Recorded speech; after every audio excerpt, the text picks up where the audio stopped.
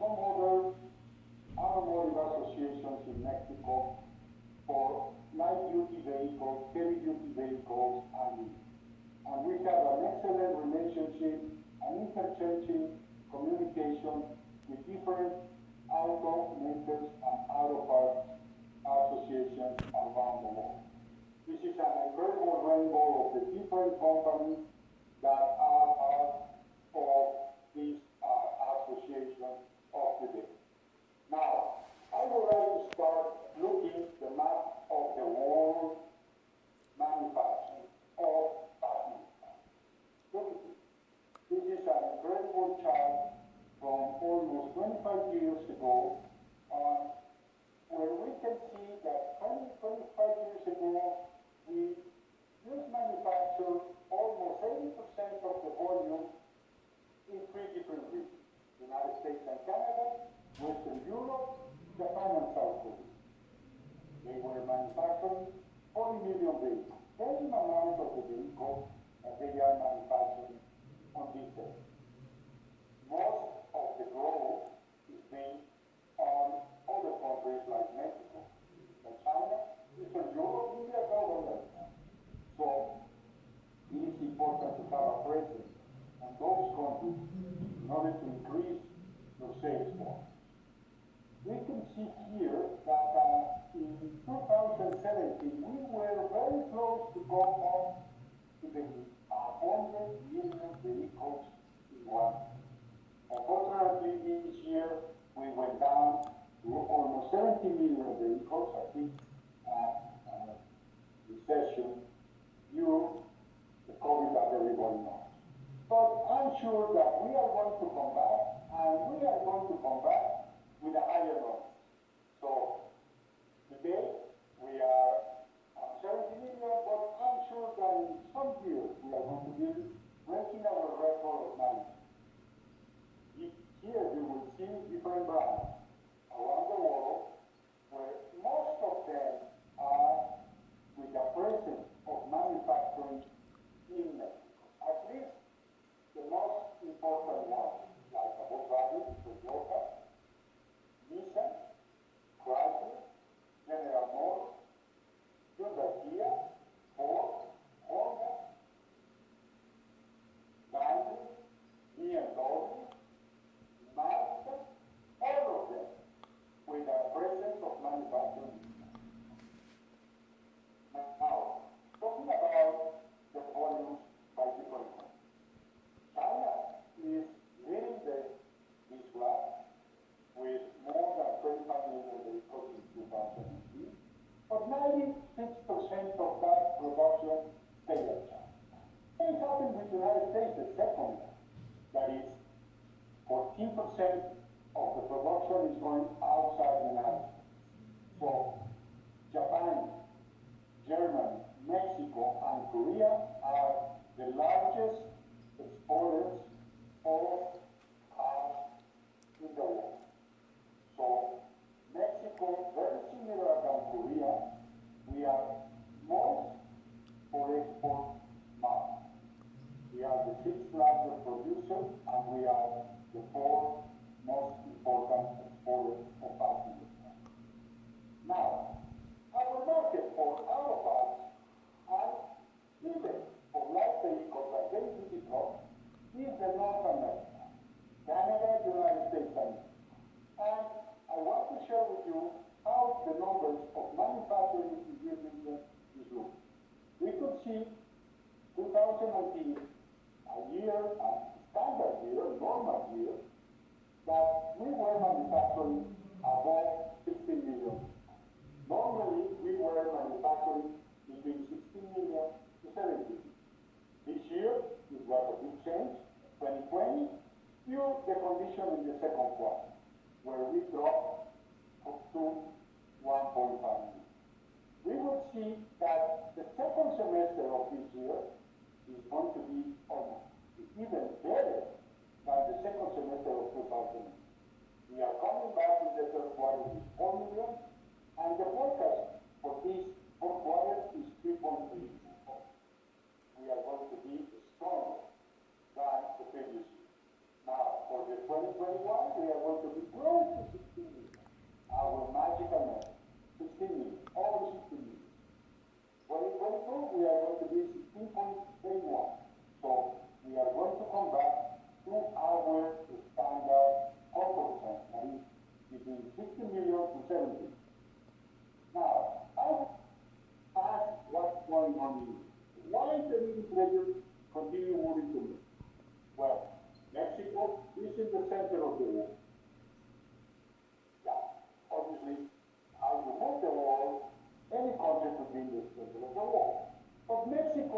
the center of economically, south of North America. North of South America, there is a very interesting promising map. One ocean to Europe, one ocean to Asia. So we are really in a very strategic situation. Now also, we have 600 tier 1 supply chains, supplying all of them to the different brands of light vehicles and heavy-duty trucks that you could read on the bottom of this chart. Also, it is important to consider that we have more than 900 tier 2, tier 3, and raw materials. Are they good enough? I don't know. I consider that we need more tier 2s and tier 3s. And we will talk about that later on.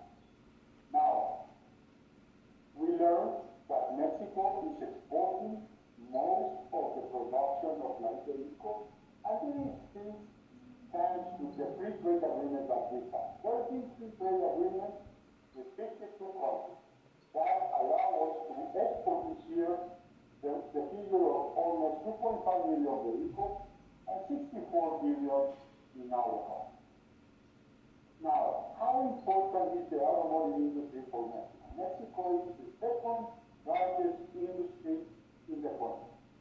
Automotive is the second one, followed behind the fourth industry, and behind those is the chemical industry and some other industry. So that is why automotive industry is really in the top of the priorities for any government that we have in this country. Now, talking about balance of trade, something that was very, very important for the President Donald Trump. Well, the automotive balance of trade between Mexico and the rest of the world is 75 billion of positive balance of trade. Now, this is more than the tourism balance, more than the revenue from remittances and oil products. So today, the automotive industry is the industry that is providing a better balance of trade to people. Now, talking about light production in Mexico, light vehicle production. This is incredible that how in the last 18 years, we grew more than 150%, exactly 161. We went from 1.5 million vehicles up to almost 4 million vehicles. This year is going to be 3, but we are going to come back again to the 4 million vehicles on total. Who are the largest producers in Mexico? From January to September 2020, that are the figures that we have from the government. We have General Motors, Nissan, Kia, Chrysler, Volkswagen, and all of them are totalized in 2 million. What are the vehicles with the largest producer is, you could see here that most of them are pickups or SUVs. And that is because the incredible hungry of the American buyers to come to get a pickup or a SUV in the United States. Now, what is the capacity used in Mexico? Today, we have been talking that we have 5 million vehicles of installed capacity. In fact, we have 500 million vehicles. Most of the factories are running behind the total capacity, but this is a particular condition for this country. I'm sure very soon we are going to see how the brands are going to start filling and pulling the orders, those plans. And we are going to be over the 4 million vehicles that is our goal. Now, talking about commercial vehicles. Commercial vehicles are very important for Mexico. Out of North America, we are the largest drop in the world. And you could see here that in 10 years, we grow more than 100% in the capacity of the world. Last year, we broke our record producing 202,000 trucks in Mexico. Most of them were exported to the United States. So it is a good year for us in this market.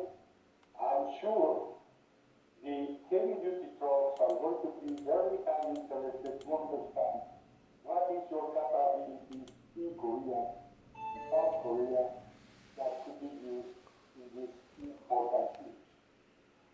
Where are the automotive plants located? Many on the center of Mexico. You could see the region that we call Bajío are in the center of Mexico with many brands, especially brands from Asia. At the north of Mexico, we will see some North American brands like GM, FCA, and Ford. Also, the heavy-duty market vehicles are being produced in the central corridor of Mexico. Most of them, the largest volume, are being manufactured close to the border, that is Nuevo León, Coahuila, and Baja California, because they want to be close to the border. Okay, let's talk a little bit about the perspective of the auto market. Mexico is the fifth largest country in the world producing auto parts. We are going to produce this year $78 million. And we are just behind China, United States, Japan, and Germany. Very similar with South Korea and Germany. So I'm sure the numbers are forecast. And potentially South Korea is going to be bigger than Mexico this year, next year. That doesn't matter. The important is that Mexico is as large in manufacturing of auto parts as Germany and South Korea. Now, what are the origin of those parts? 34% are P2P3 with a Mexican capital investment. Others from the United States, from Japan, from Germany, from Canada, from Russia, from Korea, that are coming, and today they are around 2%.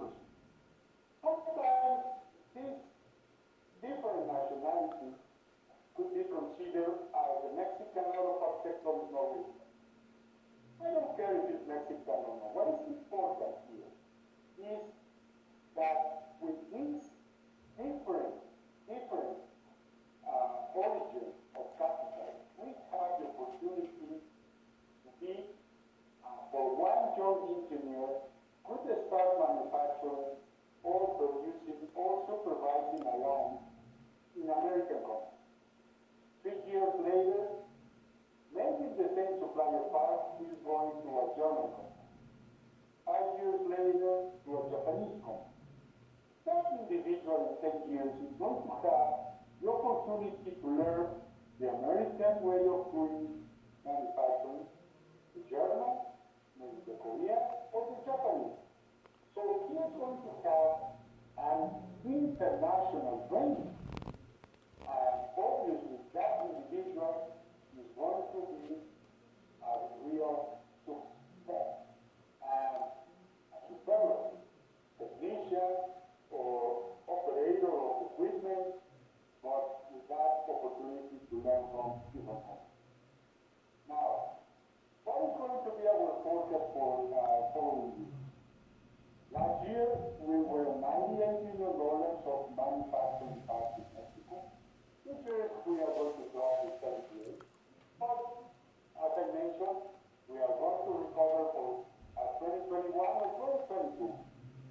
Most of the auto parts producers, same as the trucks, are located at north of Mexico. It's more of our production is out of Mexico because 75%, 80% of what we are producing is finishing in a factory, in a factory of a new car in the United States of America.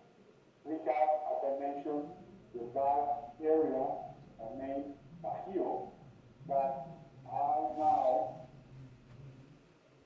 land for many Japanese automakers.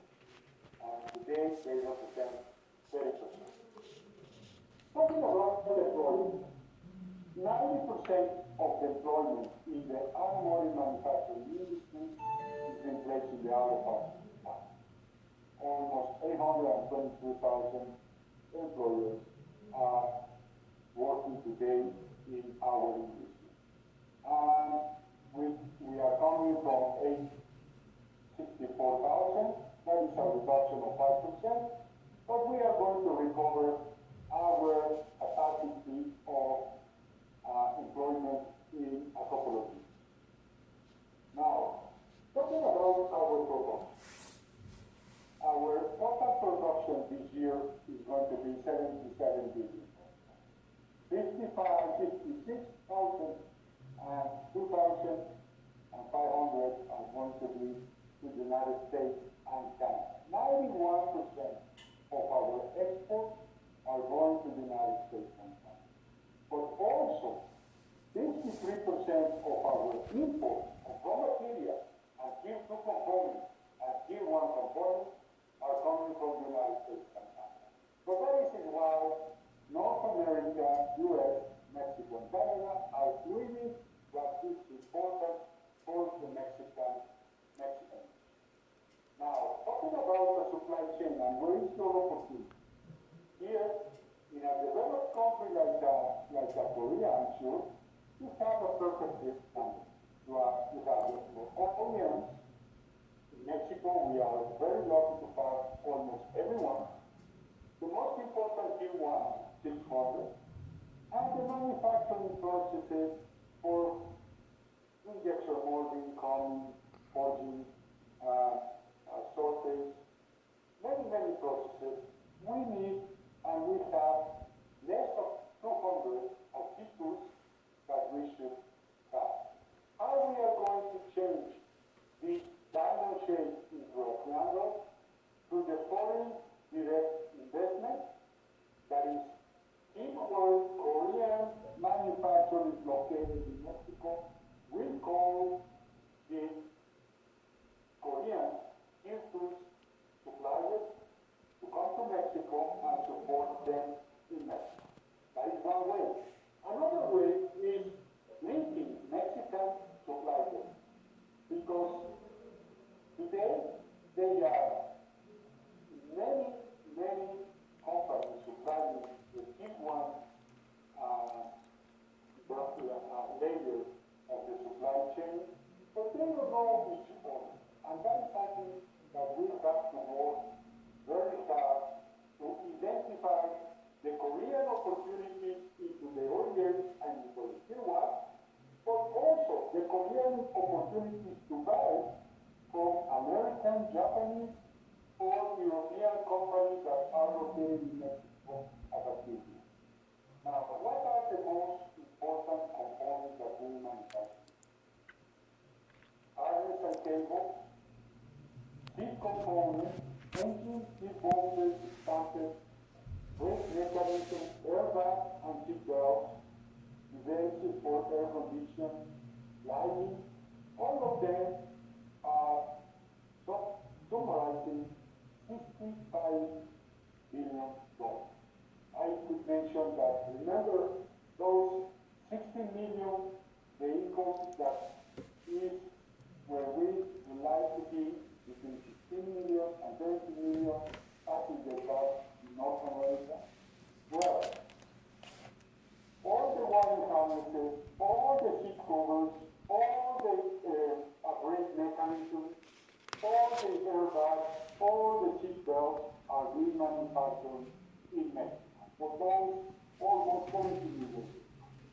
So, what are the most important components Yes, the components, the manufacturing, the wide variety, the components for the different nacelles, components for the seats, and that kind of systems of those important tools. Let's talk about what are the final results of the USMCA or the new version of the new seat database. In the world, we identify three large areas where the manufacturing vehicle is bigger than any other. There are another two countries, important RFP, not like Brazil and India, but they have their own economical system.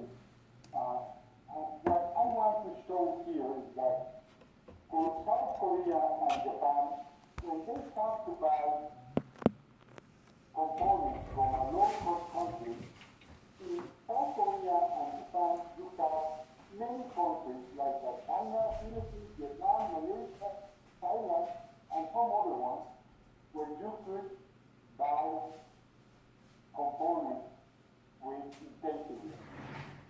In Europe, it's happening something similar.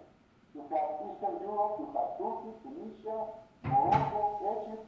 So you have like 9 different countries where you could identify opportunities to produce labor-intensive, low-cost goods. For the United States and Canada, there is Mexico. Only one country in all that tremendous business. So that is why Mexico is so important manufacturing out of our components, because we are summarizing in one continent everything that is happening in the Eastern Europe, in Turkey, in Tunisia, and Morocco, or in Thailand, Malaysia, Vietnam, Philippines. So that is why Mexico is so large.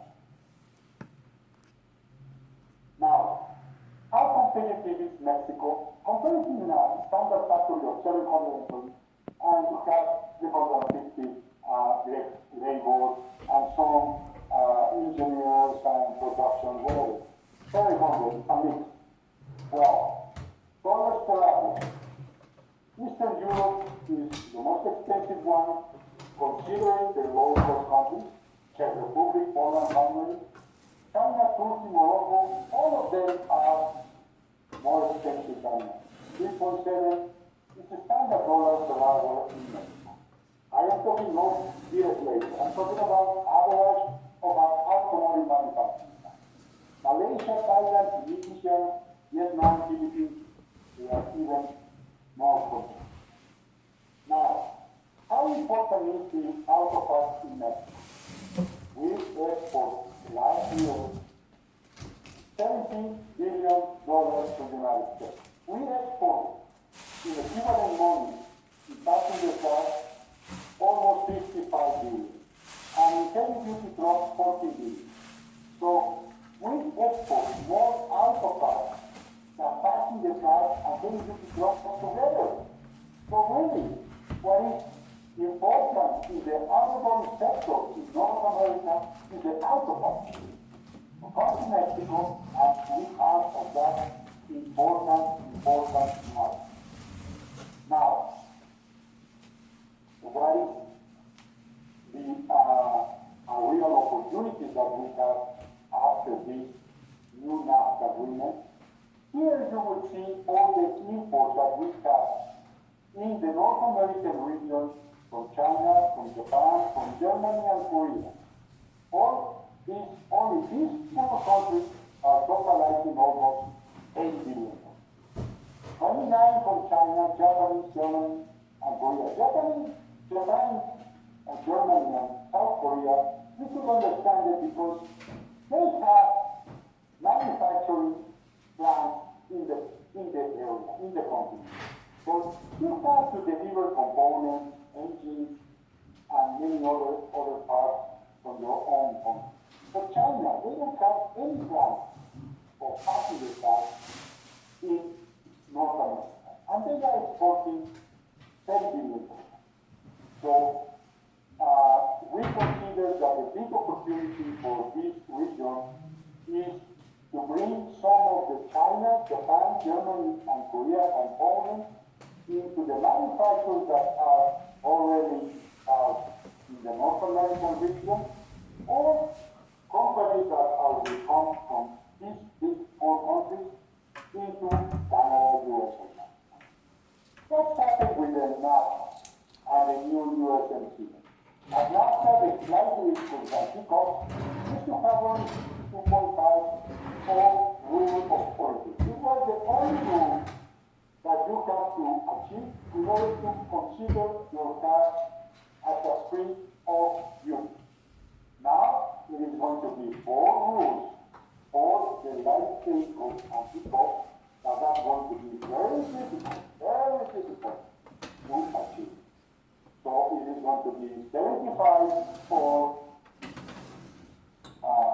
vehicle content, 70% of the TWE has come from the North American region, and 40% in salary higher than $16 per hour, and incorporating in NAFTA all the core parts. So, coming from 62 to 75, and in addition, all these another 3.